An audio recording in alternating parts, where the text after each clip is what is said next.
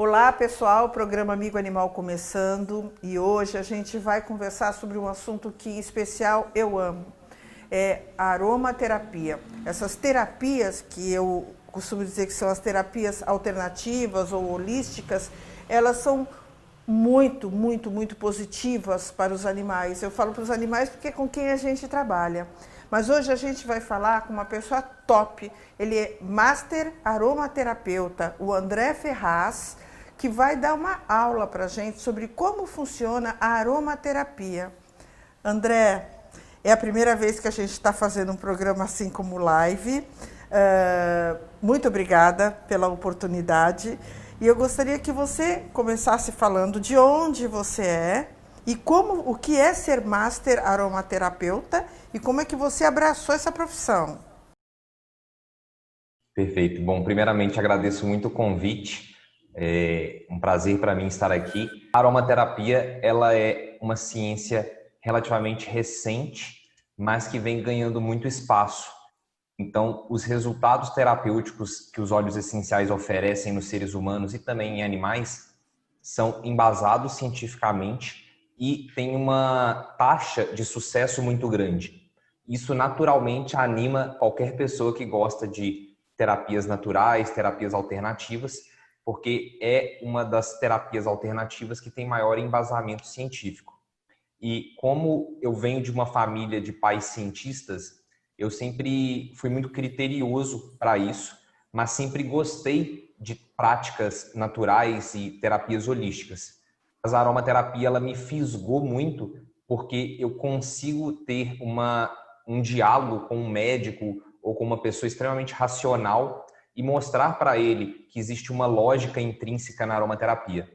E essa lógica, ela vem especialmente por causa da química dos óleos essenciais, que é extremamente concentrada e a gente consegue analisar através de uma técnica que chama cromatografia.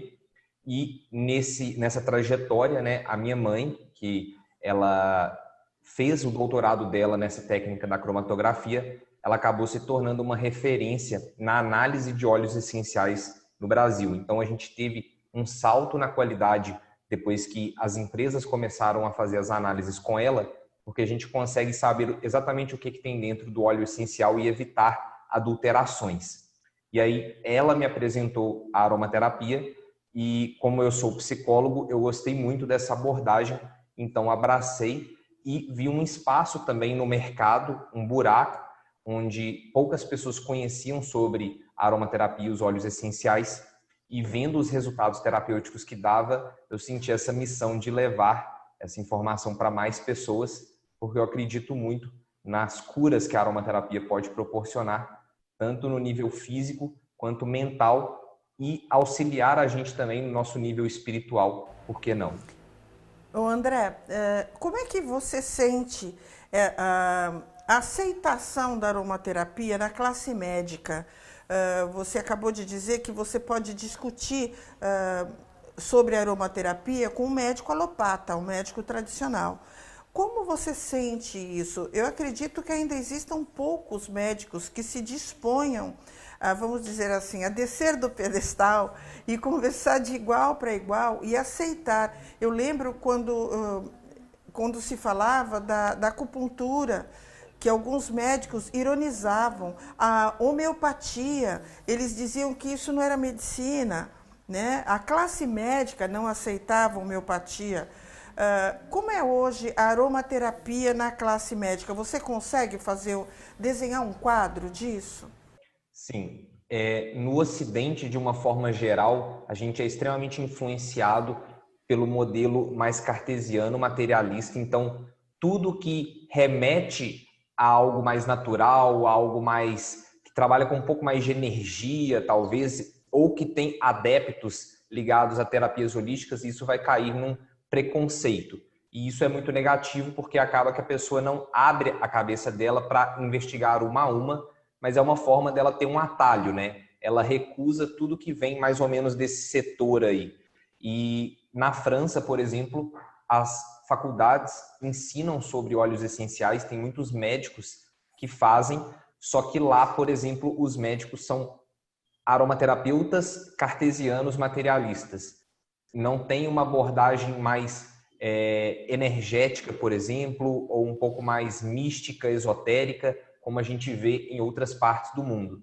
Então, é um equilíbrio. Eu acredito que os médicos que têm uma mente mais aberta, eles vão encontrar muitas evidências e embasamento, mas como a própria classe médica como um todo não permite ainda, não tem uma validade, então eles ficam com receio também de abraçar algo que pode comprometer a sua carreira. Então, é trabalho de alguns pioneiros, mas acredito que daqui a alguns anos a gente vai ter uma aceitação maior. Um outro agravante é que o óleo essencial ele não pode ser patenteado. Então, as indústrias farmacêuticas elas não vão estimular os médicos a realizarem testes clínicos, enfim, receitarem óleos essenciais, porque aquilo acaba não voltando para eles no ciclo de pesquisa e desenvolvimento, né? Que gasta-se milhões com pesquisa e desenvolvimento, depois isso tem que retornar e o vendedor deles são os médicos, né? Os vendedores Na são os médicos. verdade, eu ia te perguntar isso. Tem a força da indústria farmacêutica por trás, que também, de uma certa forma, não tem interesse em que as pessoas aceitem esse tipo de terapia, né? A aromaterapia, vamos falar um pouquinho no uso da aromaterapia em humanos. Esses óleos essenciais, eles são passados no corpo ou eles são aspirados? Eles podem ser aspirados, né? A gente fala mais inalados, inalação. Inalados. O uso na pele também e o uso oral.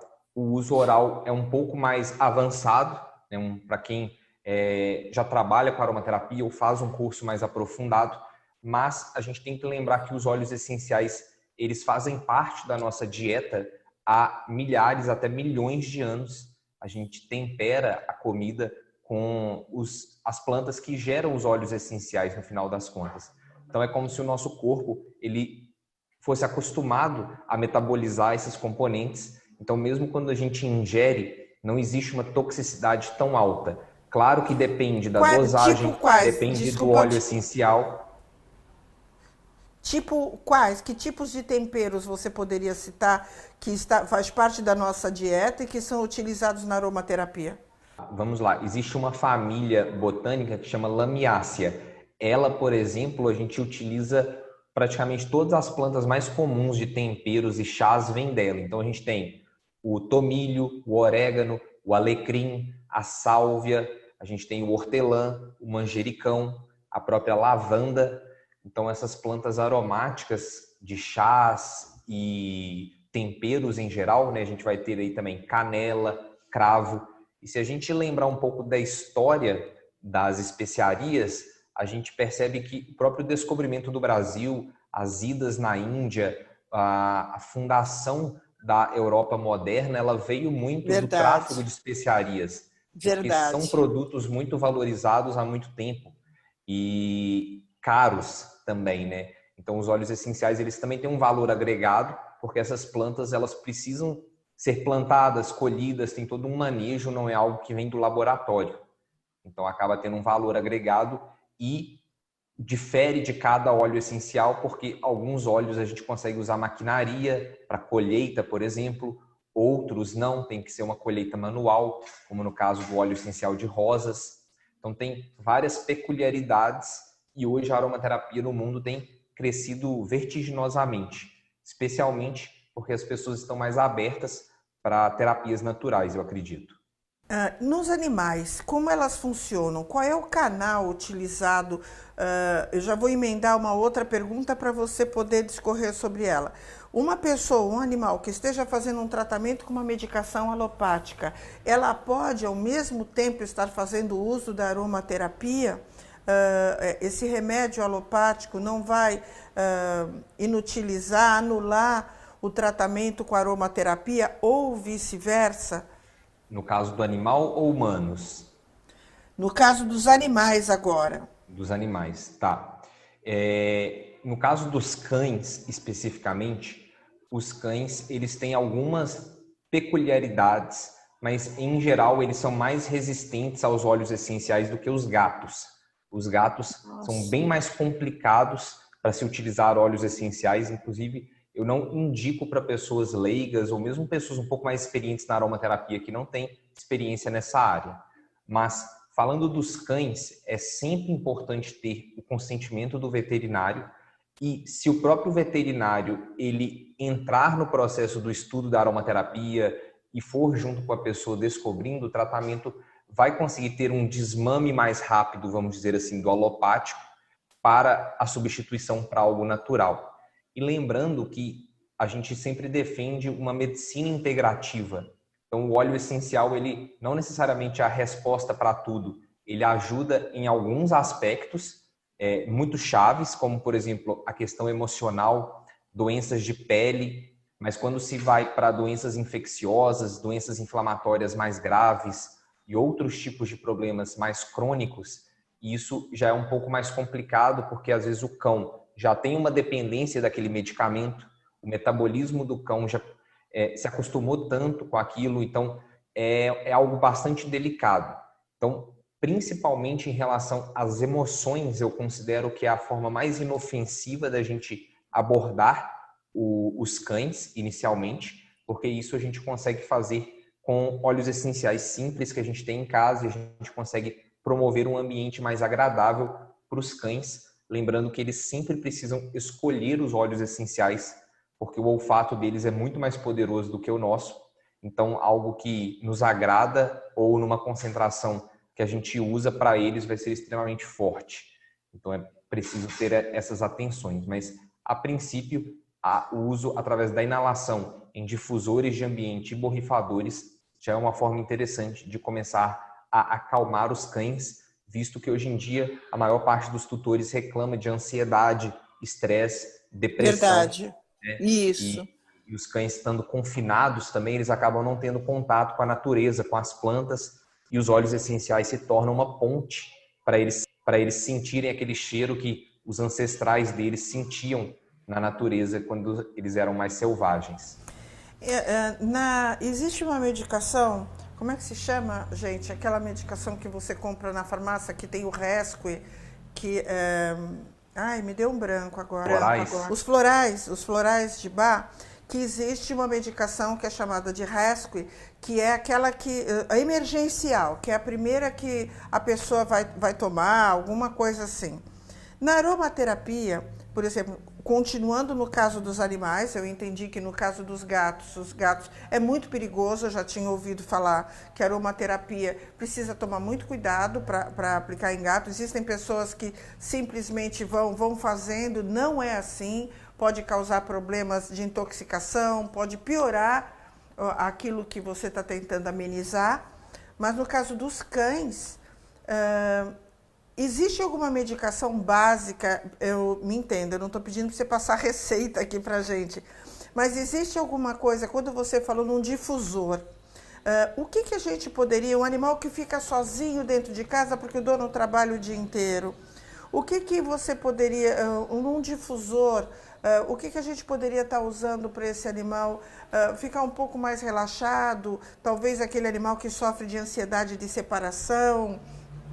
O que poderia estar sendo usado nesse difusor para esse animal? E já emendando, eu já tinha visto que eles escolhem o aroma, né? Que na primeira abordagem se oferece, existem alguns que eles fixam mais o focinho, que seria a interpretação de que esse ele gostou mais, ou talvez esse ele esteja mais precisando, né? Então, o que você recomendaria para você dar uma harmonizada canina no ambiente? Qual aroma seria o ideal para colocar num difusor? Eu acho que isso que você acabou de falar é o mais importante. E aí eu vou chegar nessa resposta. Porque o cão tem um olfato tão desenvolvido que não serve só para ele sentir o cheiro, necessariamente. É uma relação com o que ele precisa. Então, nós entendemos que o cão precisa de escolher o aroma porque é aquele que o corpo dele está necessitando. E quando a gente coloca algum óleo essencial para ele, a gente está assim correndo um risco de mais prejudicar do que ajudar. Então, a gente precisa, sim, fazer o teste olfativo. Aí você me pergunta, tudo bem, eu vou ter que testar todos? Não, você não precisa testar todos. Os mesmos que são utilizados para ansiedade em humanos, você separa pelo menos 3, pinga uma gotinha num algodão ou uma gotinha num copinho d'água, tá? Porque para o olfato deles isso já é muito sensível, e coloca próximo deles e vê qual que ele vai gostar. Se algum daqueles 3 ali ele vai gostar. Então, se a gente tem, por exemplo, lavanda, gerânio e laranja em casa, a gente pode fazer o teste olfativo com os 3, porque os 3 servem para ansiedade, para ajudar nesse processo. Então, faz o teste olfativo primeiro com alguns óleos que são indicados para aquela condição e depois faz a aplicação com o óleo essencial bem diluído. O teste também precisa ser diluído e depois a aplicação também. André, só um minutinho, a gente precisa chamar o comercial, a gente vai para o intervalo e volta já já, tá bom, pessoal? Porque esse assunto é inebriante.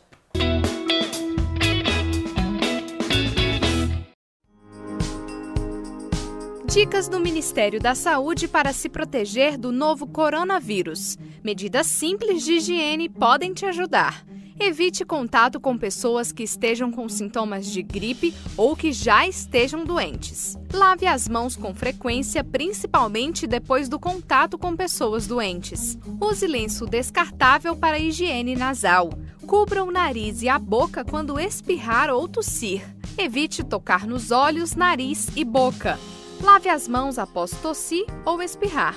Não compartilhe objetos pessoais como talheres, pratos, copos e garrafas.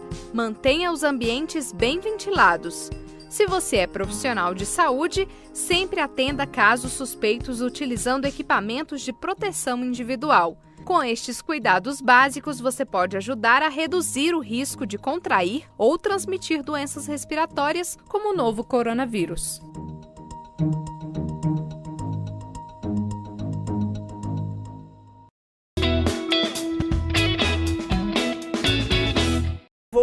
Continuamos aqui com o André, Master Aromaterapeuta, que está dando uma verdadeira aula maravilhosa para a gente sobre a utilização do uso da aromaterapia, tanto nas pessoas quanto nos animais.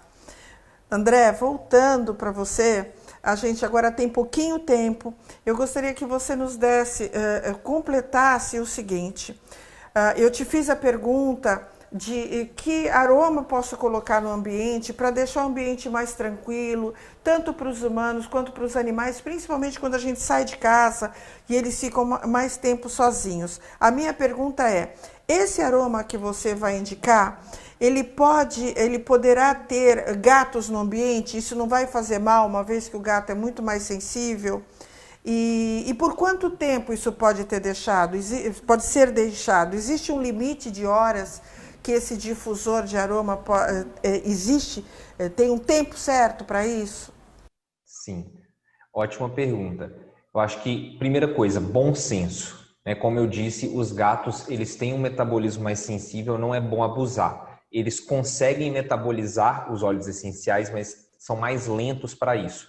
Então, a aplicação não pode ser direta neles, uso oral mais restrito, tem vários óleos essenciais que é bom evitar. Mas se você colocar num ambiente grande um difusor de aromas com algumas gotas, isso vai aromatizar, vai ter um efeito no cão, porque o olfato dele é sensível, mas o gato vai ter pouco risco. No caso dessa ansiedade de separação, uma técnica interessante é você passar 1 a 2 gotas do óleo diluído no cão, faz uma massagem nele antes de sair e passa dessa mesma sinergia em você. Então, quando você estiver chegando em casa, ele vai associar e ele vai aprender também, quando você passar aquela sinergia nele, você está saindo de casa. Então, faz o teste olfativo com alguns óleos essenciais indicados para ansiedade e depois faz essa aplicação. E aí você até restringe mais a área de atuação do óleo essencial e o gato não fica nem um pouco prejudicado ali, caso esteja num ambiente muito pequeno e o difusor acabe ficando mais presente na casa, né? um apartamento pequeno, por exemplo, um quarto. Entendi, André. Eu queria que você deixasse a sua página, o seu endereço, para as pessoas. Eu tenho certeza que as pessoas vão querer entrar mais em contato, saber mais coisas. Eu sei que você deu uma palestra esses dias. Eu gostaria que você colocasse aqui para saber quem quiser assistir essa sua palestra, como é que faz, dá todas as informações, porque eu sei que depois esse programa vai para o ar no sábado. As pessoas vão começar a ligar para a gente para saber como é que faz para entrar em contato com você. Então, dá todas as dicas para a gente deixar aqui, tá bom? Bom, então vamos lá. Eu sou diretor de ensino da Viver de Aromas, uma das maiores escolas de aromaterapia do Brasil. A gente tem vários treinamentos, inclusive treinamentos profissionalizantes, como o Master em Aromaterapia Integral Sistêmica e vários outros focados em humanos. E agora, eu com a doutora Mônica Nogueira, a gente está lançando um curso chamado Aroma Dog, como cuidar do seu cãozinho com óleos essenciais, onde a gente vai aprofundar nesse assunto, porque exige um aprofundamento muito próprio. Então, para o pessoal achar mais informações, pode entrar nas minhas redes, André Ferraz Aromaterapia, Instagram, Facebook e YouTube. André Ferraz Aromaterapia. Aromaterapia, com Z no final, e também aromadog.com.br.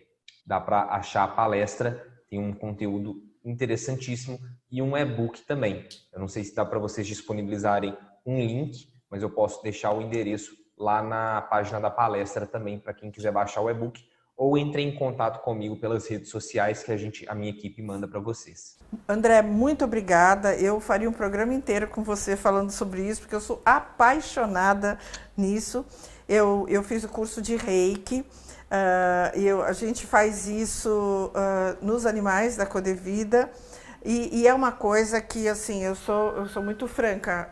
Eu sinto impulso e vontade de fazer muito mais em animais do que em seres humanos, mas é algo que eu não controlo, é algo que eu tenho vontade mais de fazer. Então eu acho que eu sou muito mais produtiva aplicando o Reiki num animal do que num ser humano. Existem pessoas que são maravilhosas com seres humanos, né? E infelizmente, eu não tenho essa aptidão. E amo esse trabalho, gostaria muito de aprender, porque eu acho que os animais estão mais ligados à natureza, e quanto mais ligados à natureza, mais eles absorvem essas terapias alternativas, né? E quero te agradecer muito, parabenizar, estou muito feliz de ter te conhecido, e eu espero que você tenha sempre muito sucesso e consiga divulgar cada vez mais pelo mundo afora esse tipo de tratamento. Agradeço imensamente, senti uma energia ótima aqui no programa, desejo muito sucesso para você e para todo esse projeto. E precisando, me chama novamente, vai ser um prazer falar com vocês. De que cidade você é, André? Belo Horizonte. Então, a gente queria falar com você pessoalmente mesmo, para a gente mostrar, fazer. Quem sabe a gente consegue um dia marcar a gente junto para fazer esse trabalho, tá bom? Tá bom? Perfeito. Muito obrigada, muito obrigada. Fica com Deus. Tchau, tchau, beijo, tchau. Gente, a gente vai ficando por aqui. Eu estou muito feliz porque eu não sei porque eu tive muita vontade de fazer uma matéria sobre isso. Eu acho que a gente está vivendo um momento em que a gente precisa, sim, se nutrir da energia divina e se nutrir dessas coisas cada vez mais ligadas ao meio ambiente para a gente se purificar. Eu acho que quanto mais a gente se cerca de coisas boas, mais coisas boas a gente emana também. E é o que eu desejo para todos vocês, um bom final de semana a todos, fiquem com Deus e até a semana que vem.